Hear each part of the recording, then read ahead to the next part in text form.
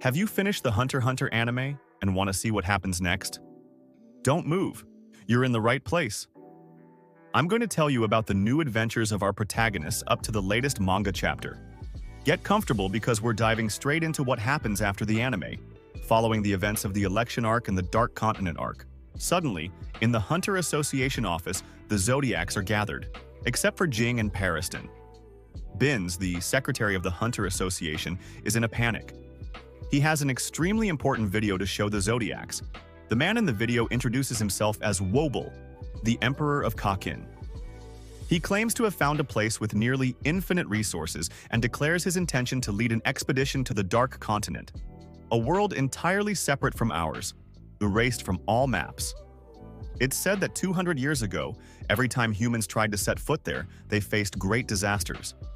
The 5 current continents signed a non-aggression treaty, prohibiting any intrusion into the Dark Continent. The Emperor states that civilization has now evolved, and developed countries should venture there. The Zodiacs discuss the violation of the treaty, but Binz reveals that's not the real problem. The Emperor mentions he's found the right man for the job and wants to lead this expedition with him. Beyond Netero, the son of the late chairman Netero. The Zodiacs are shocked by this revelation, as everyone thought Netero had no family. Beyond speaks up, saying he's always seeking new challenges.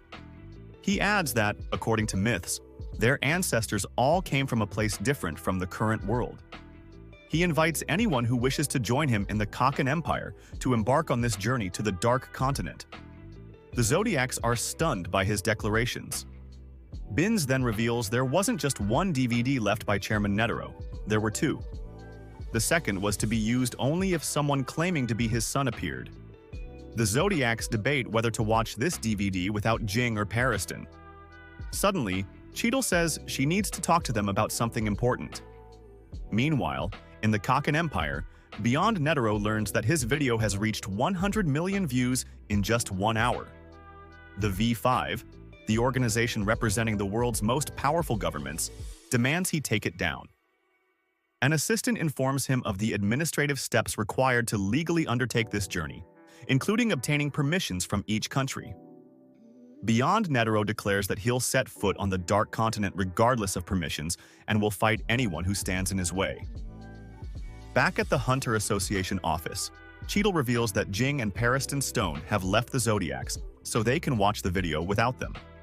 Moreover, they've received a special mission from the V5 to capture Beyond Netero. At the same time, in a secret government base, a new agent is assigned to manage the Dark Continent, accompanied by an older colleague. They discuss the procedures in place to prevent anyone from going to the Dark Continent. However, they admit that Kakin, by bypassing administrative obligations, has gained a head start. This is problematic because the Guardian of the New World despises lack of courtesy. They reveal that if relations with Kakin worsen, they'll have to open a mysterious thing called Pandora. Upon arriving in the basement, the new agent is shocked by what he sees. He asks his superior what it is, and the superior explains that these are humans, or rather filth. He presents a book titled Logbook of a New World Traveler, a collection of travels from the Dark Continent published hundreds of years ago.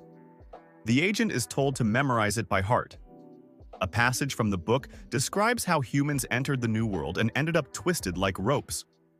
The superior asks the agent to prepare a report on the risks of a journey to the Dark Continent. Suddenly, a hand slams against the glass. This person is not human and has been devoid of any vital needs for over 50 years. He's a former hunter who was infected by a virus that immunized him against death. Back at the Hunter Association office, the Zodiacs watch the second DVD left by Netero. It reveals that during the creation of the V5, a secret brigade was sent to explore the Dark Continent with Netero and his son.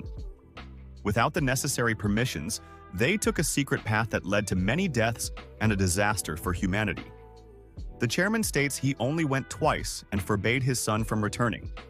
He asks for someone even bolder than his son to succeed in this mission. This is, in fact, a hidden final order from Chairman Netero to the Zodiacs. The Zodiacs decide to follow this last wish, but to lead this expedition themselves and confront Beyond Netero, they need knowledge about the Dark Continent. The only person who knows about this is Ging. While the Zodiacs debate how to participate in this expedition, the phone rings. Binz answers. It's beyond Netero, who asks them to contact the V5 and tell them they've captured him. Meanwhile, the government agent reads the logbook and learns that humanity has harvested 5 calamities from the Dark Continent. Brian, the guardian of ancient ruins. I, the gaseous entity. Hellbell, the snake with a tail. Papu, the anthropophagus beast. And Zobe, the disease. All resources found on the Dark Continent will be divided among nations. At the same time, Cheadle and Beyond Netero are negotiating. Beyond proposes immortalizing the Kakin Emperor's name in history in exchange for the expedition to the Dark Continent. In return, the Hunter Association will monitor Beyond. Cheadle agrees but warns Beyond that he'll be incarcerated for a long time until everything is in place. Beyond is ready to wait as long as necessary. The video for the expedition has gone viral, picked up by all media outlets. Everyone is questioning the dangers of this new world. We then see the Titanic ship that will take them to their destination, the Black Whale. A few days later, Cheadle calls Leorio and asks him to join the Zodiacs for the Dark Continent expedition. She's already taken care of his university exam arrangements, and he'll be part of the medical team, which will earn him his license. Leorio accepts, knowing there's still one spot left among the Zodiacs. They decide to recommend someone. Meanwhile, Ging meets with Periston Stone. He confronts him about the chimera ants Periston hid and released into the world, taking advantage of the chaos to keep an eye on the Dark Continent. Periston is amused by the hate people direct at him. He's also hired assassins to kill future hunters taking the exam. As tensions rise, one of Periston's men intervenes, but Ging uses his Nen to show him a vision of what will happen if he doesn't back down. Ging decides to play it smart, aiming to become the number 2 in Periston's group to take his place. The number 1 is Beyond Netero. Meanwhile, Mizaistum, one of the Zodiacs, decides to meet Kurapika. The guards try to stop him, but Mizaistum uses his Nen to freeze them. Hearing the commotion, Kurapika shows himself and asks Mizaistum what he wants. Mizaistum introduces himself and asks Kurapika to join the Zodiacs for the Dark Continent expedition, with Leorio's recommendation. Kurapika refuses, but Mizaistum makes a remark about his search for the Scarlet Eyes. Kurapika's eyes turn red, and he warns Mizaistum about his next words. Mizaistum reveals that, with the Association's resources, they've identified a major collector of Scarlet Eyes who will be on the ship to the Dark Continent, the 4th Prince of Kakin, Tserriednich. Kurapika agrees to join the Zodiacs and take part in the expedition. Kurapika reflects on the people from whom he's reclaimed his clan's eyes. His new target, the 4th Prince of Kakin, is now the last person holding the Kurta clan's eyes. Kurapika is determined to reclaim them. Back with Ging, Periston's men ask him what he proposes to become the number 2. Ging replies that he'll pay double what Beyond Netero offers, upfront, and demands nothing else. One of the members tests him by asking for the money, and Ging transfers it immediately. The man tells the others, who raise no objections, not even Periston, who accepts with pleasure. On the way to the Hunter Association, the Zodiac warns Kurapika about the dangers of the expedition, especially concerning the prince, as he's noticed a sinister shadow surrounding him. Kurapika retorts that he's familiar with monsters in human form. Meanwhile, Gon, alone, realizes that after recent events he can no longer generate aura. Ging explains to Periston's group the different calamities and their dangers, which surpass the chimera ants. He adds that Beyond Netero wants to take a new route, but doing so risks bringing a 6th calamity, while the other 5 remain unresolved. A member asks about the benefits of this expedition. Ging reveals that each zone contains stones or plants capable of generating vast amounts of energy, healing any liquid, curing anything, or extending life expectancy. He adds that the Hunter Association would have already undertaken an expedition, but according to Netero, this place is monstrous. The chairman went with his group to find the alchemical plant, but returned with the worst calamity, the Zobe disease. Moreover, the plant withered on the way back.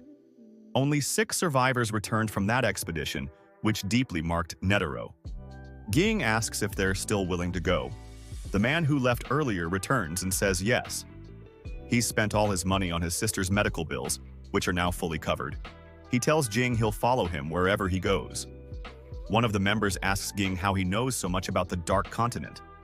Ging replies that a lone man once explored the shores of Lake Mobius and wrote a 2-volume memoir of his exploration, the East and West Tomes. However, only the East Tome has been found. Ging theorizes that the West Tome isn't lost but is still being written. He reveals that the author of these works is none other than Don Freecss. After his explanation, Ging receives a call from Gon, who explains he can no longer use Nen.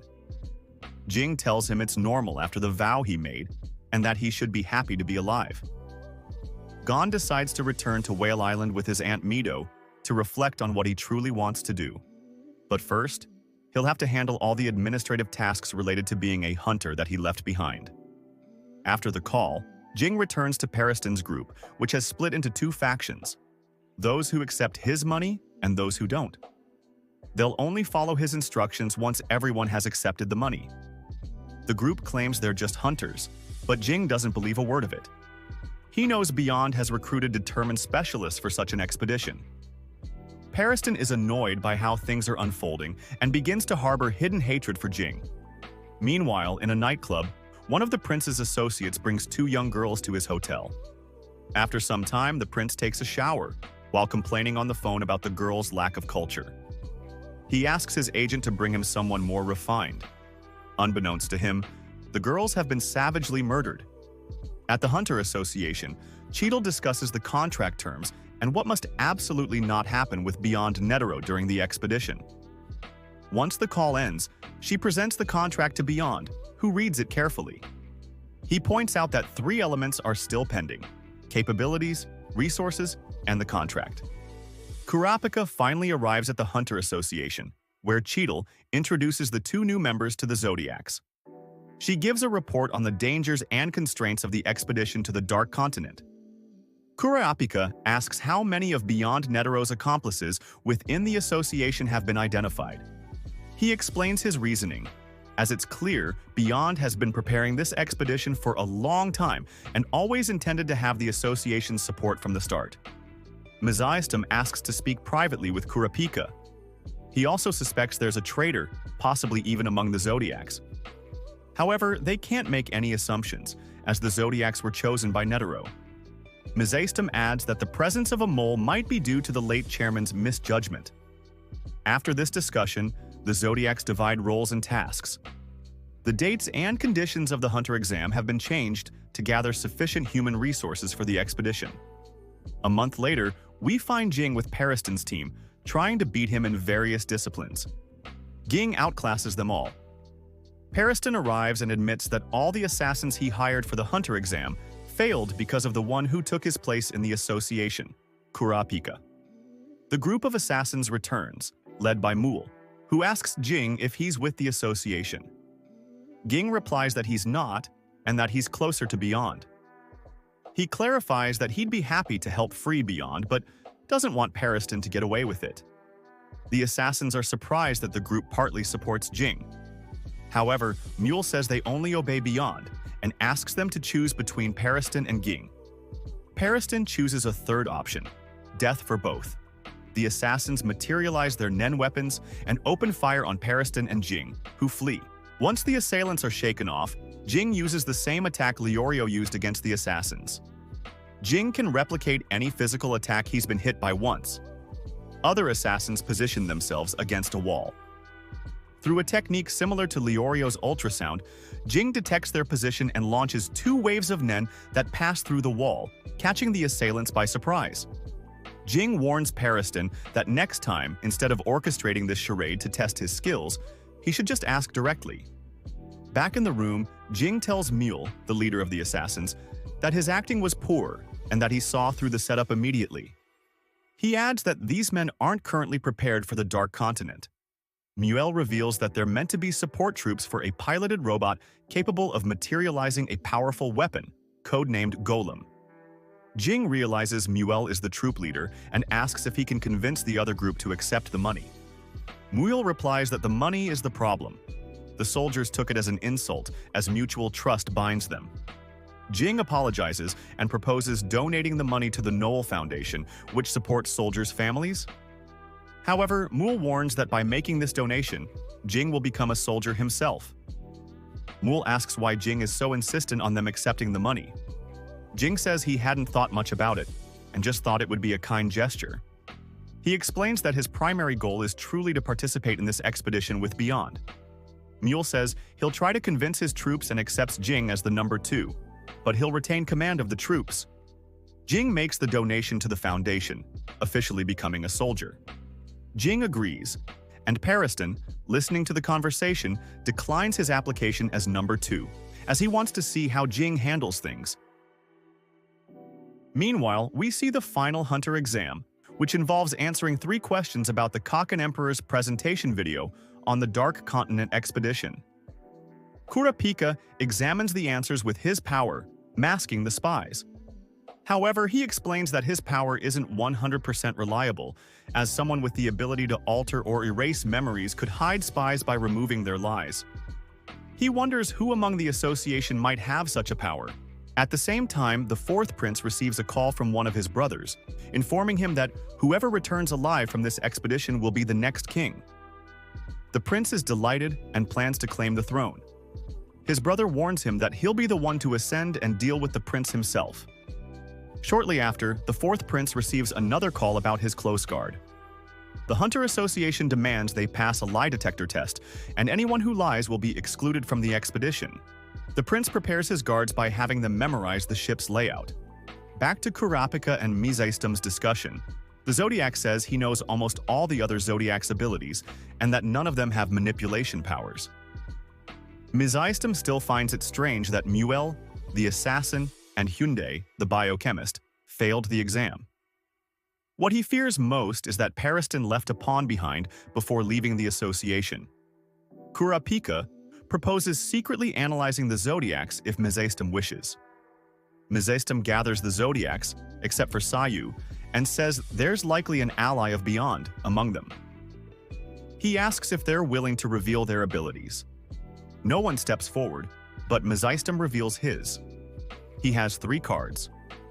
The blue one immobilizes anyone, the yellow one sends them to an interrogation room, and the red one releases them. Kurapika watches the reactions in the room through cameras and deduces that the traitor is Sayu, the monkey Zodiac.